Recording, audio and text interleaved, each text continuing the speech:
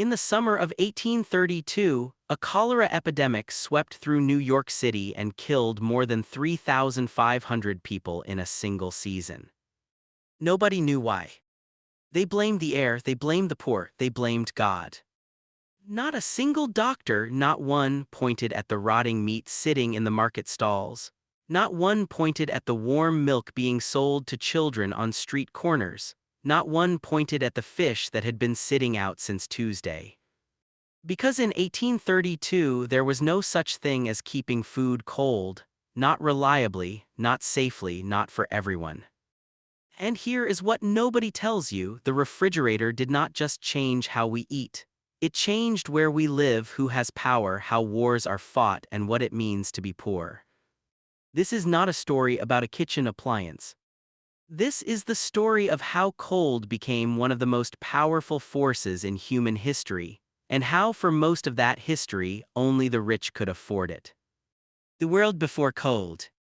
To understand what refrigeration actually did to human civilization, you first have to understand what life looked like without it. And it was not pretty. For the vast majority of human history, we are talking roughly 300,000 years of Homo sapiens walking this earth, food spoiled, constantly, relentlessly, without mercy.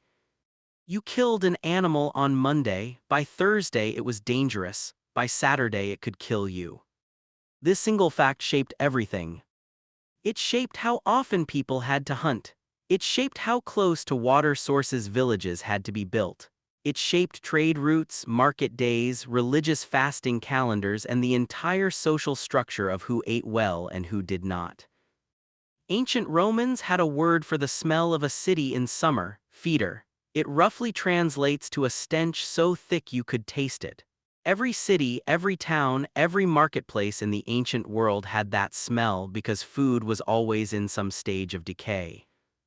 Now, people were not stupid. They figured out ways to slow spoilage. Salt was the first great preservative, and we will come back to that. Smoking meat could extend its life by weeks. Fermenting vegetables and pickling could make food last months. But none of these were cold, and cold, it turned out, was the real answer. The question was, where do you get it? Ice, the first luxury. The first people to figure out that cold could preserve food were not scientists. They were wealthy people who lived near mountains. In ancient Persia, roughly 400 BCE, the nobility built structures called yakshal. The word translates almost perfectly to ice pit. These were enormous domed buildings, some of them 40 meters tall, built above deep underground chambers. They had thick insulated walls made of a special mud mortar that was essentially waterproof, and they used wind catchers to pull cool air down into the storage space. During the winter, workers would flood the lower chambers with water and let it freeze. Then they would pack that ice in layers of sawdust and straw, both excellent insulators, and it would keep through the summer. Persian kings ate cold food in July, their servants did not.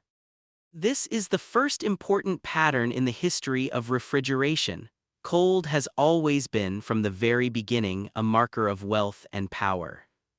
The Romans took the same idea and scaled it up in their own extravagant way.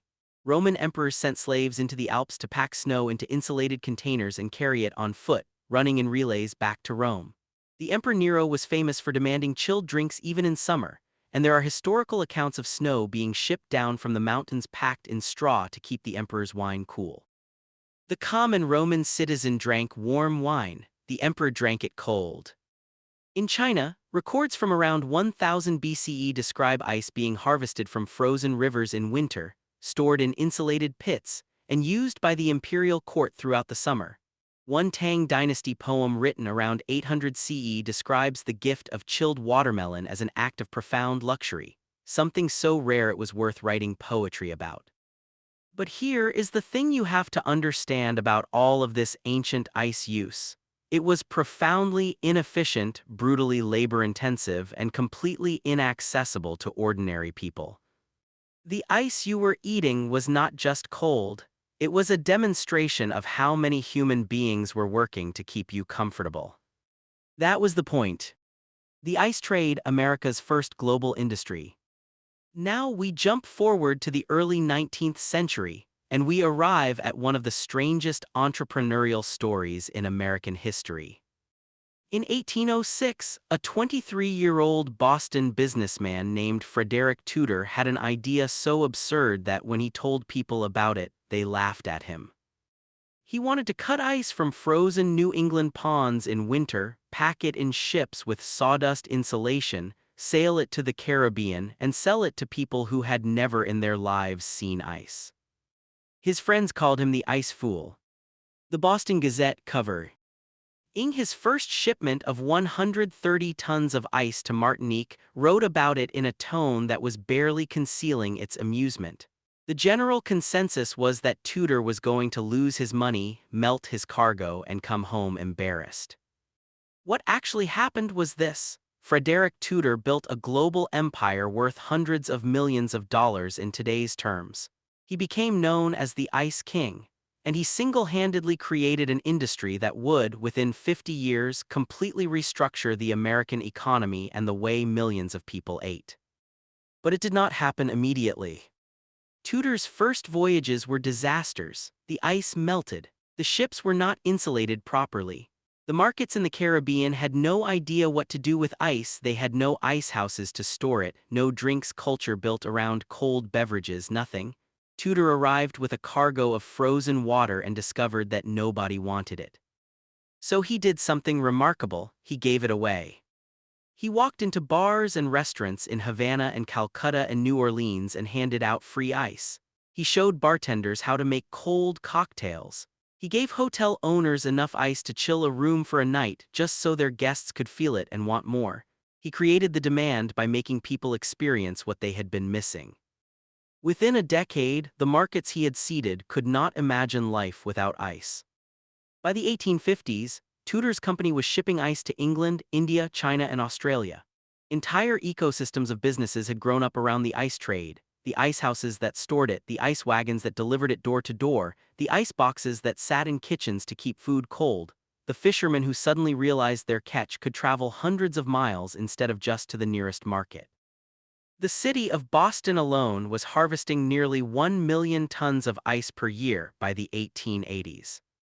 Think about that for a moment.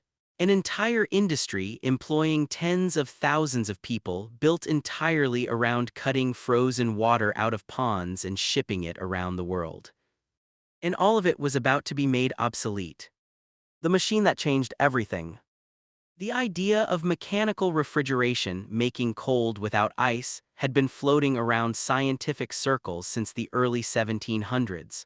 The basic principle was understood: if you take a liquid, put it under pressure, and then let it expand rapidly, it absorbs heat from its surroundings and cools them down. Simple in theory, brutally difficult in practice. The first practical refrigeration machine was built in 1851 by an American physician named John Gorrie. Gorrie was not trying to preserve food, he was trying to save his patients. Gorrie worked in Apalachicola, Florida, one of the most malaria-ridden places in 19th-century America. The summer heat was brutal, and Gorrie watched patient after patient die, unable to reduce their fevers in the sweltering southern heat. He became convinced that cool air was the answer, and so he built a machine that could make ice using compressed air. He was right about cool air. He was wrong about the reason malaria is transmitted by mosquitoes, not heat, a fact that would not be established for another 40 years. But in the process of trying to solve the wrong problem, Gorrie invented mechanical refrigeration. The response from the establishment was savage.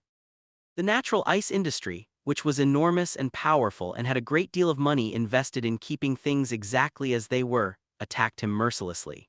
One particularly vicious editorial in a New York newspaper suggested that a crank was pretending he could make ice as good as God's, and that any person trusting a machine rather than nature's own ice was a fool. Gorrie died in 1855, broke and largely discredited. He never saw his invention change the world.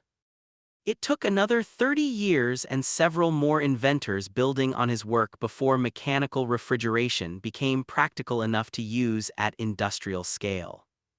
The first refrigerated railroad car was tested in 1867. Within 20 years, refrigerated rail was connecting the vast cattle ranches of the American Midwest to the dinner tables of New York, Boston, and Philadelphia. Before refrigerated rail, beef was a local product. You ate the animals raised near your town. After it, an entirely different world became possible. How the refrigerator rewrote the map of America. Here is something that almost nobody talks about when they discuss the history of refrigeration. The refrigerator did not just change what Americans ate, it changed where Americans could live.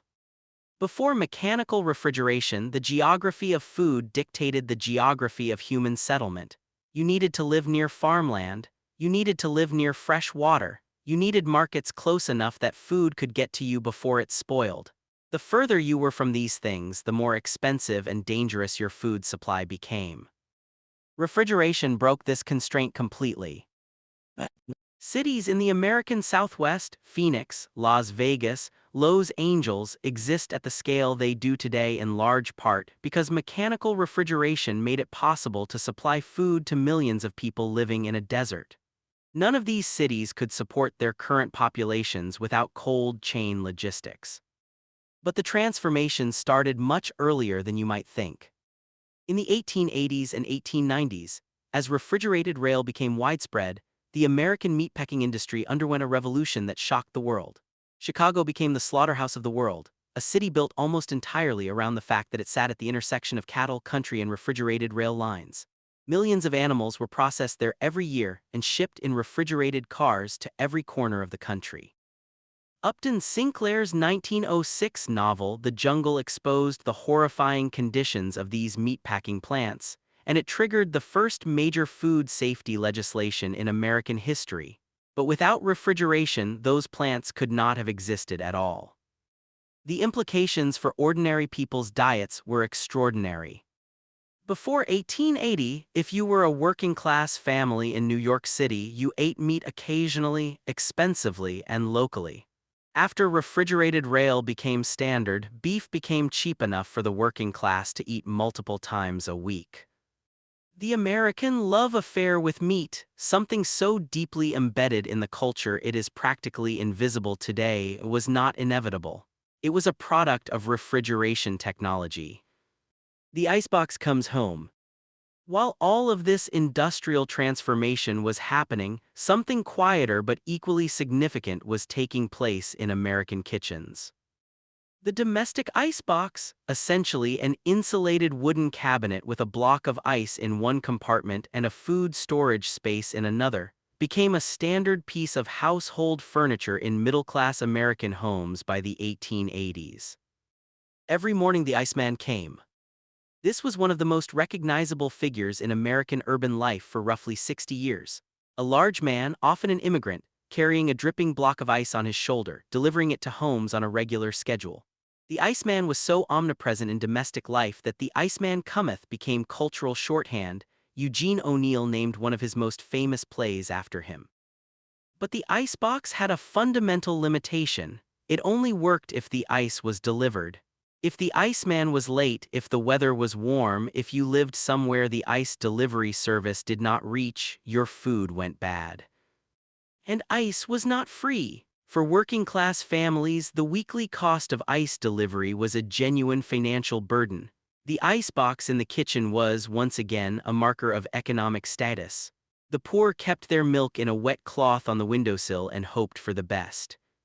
The electric refrigerator changed this, but more slowly than you might expect.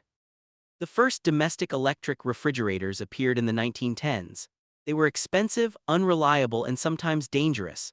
Early refrigerants included ammonia and sulfur dioxide, both of which are toxic, and leaks were not uncommon. In 1929, a series of deaths in a Cleveland hospital caused by a refrigerant leak triggered a national panic about refrigerator safety. The solution came from an unexpected direction. General Motors, which had bought a small refrigerator company called Frigidaire, commissioned a team of chemists to find a refrigerant that was non-toxic, non-flammable, and stable. In 1930, they introduced Freon, a chlorofluorocarbon that seemed at the time to be the perfect answer. It would take another 60 years to discover that Freon was eating a hole in the ozone layer, but that is a different story. By the mid-1930s, electric refrigerators were becoming genuinely affordable for the American middle class. By the 1950s, the refrigerator was in more than 80% of American homes. By the 1970s, it was essentially universal. And with it came a complete transformation in how Americans thought about food, shopping, and domestic life. The supermarket revolution. Here is something you have probably never thought about. The modern supermarket, the massive, weekly shopping, buy-in bulk, fluorescent-lit temple of American consumer culture, could not exist without refrigeration.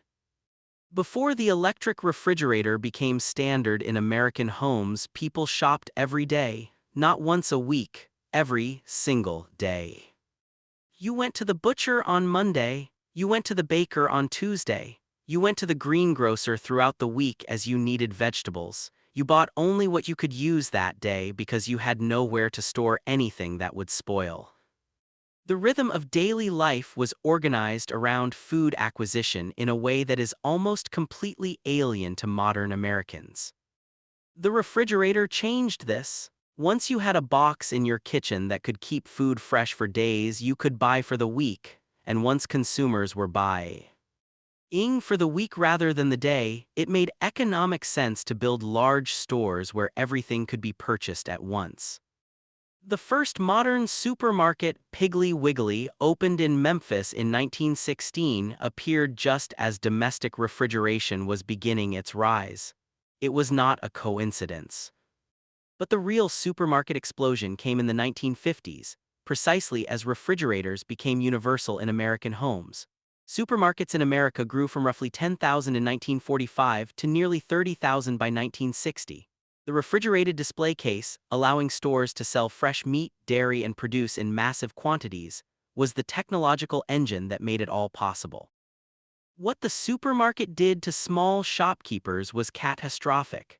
The butcher, the baker, the local grocer, businesses that had existed in essentially the same form for thousands of years were wiped out within a generation in most American towns. The refrigerator did not just change how you stored food. It changed the entire commercial ecosystem around food production, distribution, and sale. War power and the cold chain. Now here is the part of this story that almost nobody talks about. Refrigeration changed war. During the First World War, both sides quickly realized that the army that could feed its soldiers hot, fresh, safe food had an enormous advantage over the army feeding its men salt pork and hardtack. The American military, entering the war in 1917, invested massively in refrigerated supply chains. Refrigerated ships brought chilled meat from American farms to European battlefields. Refrigerated rail cars moved it to the front. Field kitchens kept it cold until it could be cooked. The German military, blockaded by the British and unable to import food, was dependent on preserved foods that were increasingly scarce and increasingly inadequate. By 1917, ordinary Germans were eating turnips for every meal. The winter of 1916-17 is remembered in Germany as the turnip winter. The caloric intake of the average German civilian had dropped to roughly half of what it had been before the war. Historians have debated endlessly about why Germany ultimately lost the First World War. The reasons are complex and multiple, but food, specifically the inability to maintain adequate food supply in the face of an enemy with refrigerated logistics, was one of them. This lesson was not lost on the American military establishment.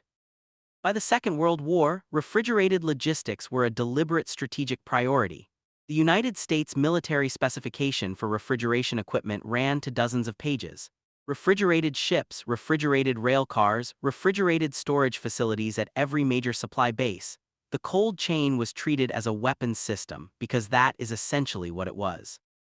General Patton's famous rapid advance across France in 1944 was partly enabled by the fact that American supply lines could deliver fresh, refrigerated food to his rapidly moving troops. The German forces opposing him were eating from cans. The developing world and the cold gap. Here is the part of this story that is still happening right now. Roughly 1/3 of all food produced in the world is wasted every year. The United Nations estimates this figure at approximately 1.3 billion tons annually. In developed countries, most food waste happens at the consumer end. People buy food, forget about it, and throw it away. In developing countries, most food waste happens at the other end before it ever reaches a consumer. It rots in fields, in trucks, in markets because there is no cold chain to preserve it from harvest to sale. In India, roughly 40% of the country's fruit and vegetable production spoils before it can be eaten, in large part due to inadequate refrigeration infrastructure. In sub-Saharan Africa, the figure is similar or worse for certain crops. Think about the human consequences of this.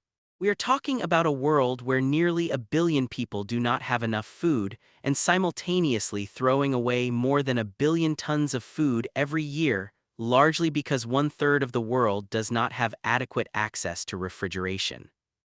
The cold gap between developed and developing nations is one of the least discussed humanitarian crises of our time.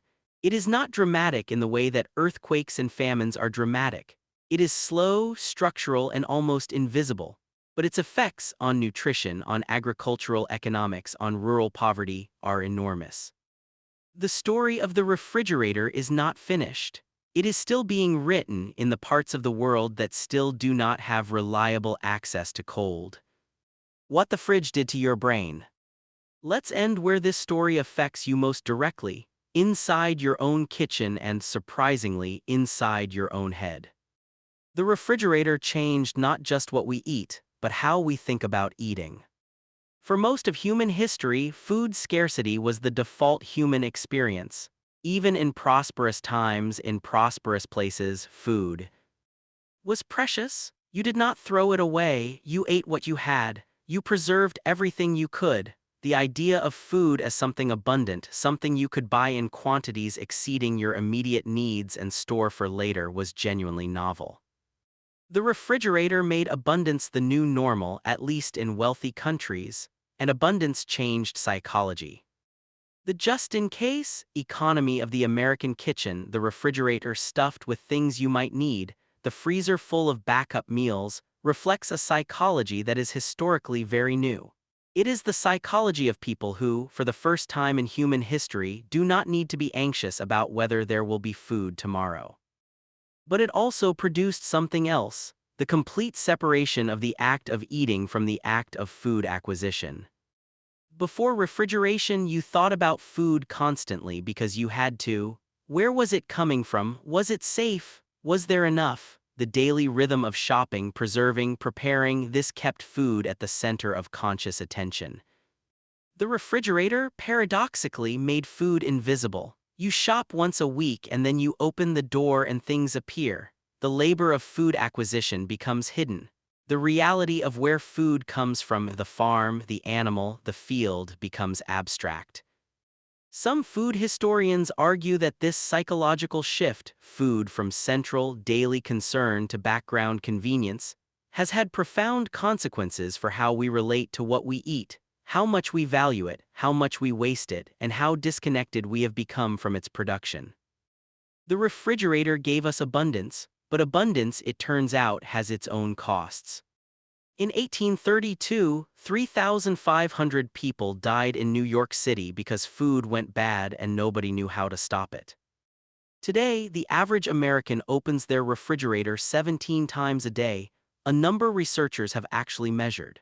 17 times a day, without thinking about it, without gratitude, without the faintest awareness that the cold air hitting their face is the product of 200 years of scientific revolution, economic transformation, and human ingenuity. The refrigerator did not just keep your milk fresh. It moved the center of the American economy westward. It made it possible to live in deserts. It changed the outcome of 2 world wars. It ended thousands of years of the ice trade. It killed the daily market and created the supermarket. It restructured your shopping habits, your diet, your relationship with food, and your sense of what abundance even means. And somewhere in the developing world tonight, a farmer is watching his harvest rot because he cannot afford the electricity to run a machine that most Americans in 1955 already took completely for granted. The story of how cold changed civilization is not a story that ends in your kitchen. It ends, if it ends at all, when the cold chain finally reaches everyone.